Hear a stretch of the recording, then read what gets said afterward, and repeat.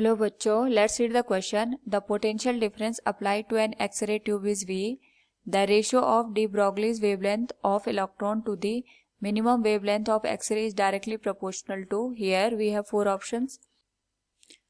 Now first of all we will discuss here the key concept, and here the key concept is energy of de Broglie wavelength.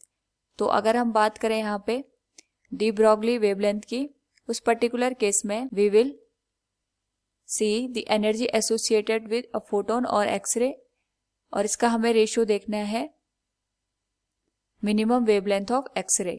Now first of all अगर हम बात करें यहाँ पे when potential difference is applied, उस particular case में हमारे पास जो वेवलेंथ गिवन होती है that is given as lambda equals h divided by root 2m E into V.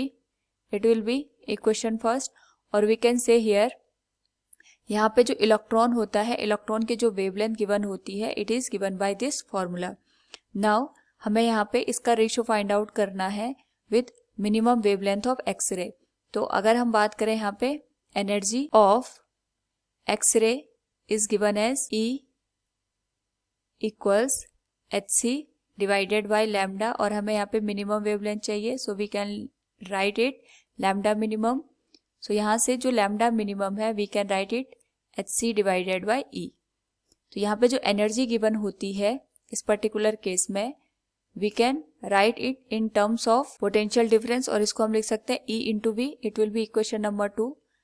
अगर हम यहाँ पे इक्वेशन 1 और 2 का रेशियो ले लें it will become equation 1 divided by equation 2. तो इक्वेशन 1 हमारे पास गिवन है h divided by root 2m E into V, और इक्वेशन 2 गिवन है E into V divided by h into C. अगर हम यहाँ पे होल इक्वेशन का रेशियो देखेंगे lambda E divided by lambda minimum, it will be h से h cancel हो जाएगा, E से रूट E, ये सारी कांस्टेंट वैल्यू है, तो we will get here root V. So we will see here the ratio of wavelength of electron to the minimum wavelength of X-ray is directly proportional to the V raised to power 1 by 2. Option B will be the correct answer. Hope all you understood it. Thank you and best of luck.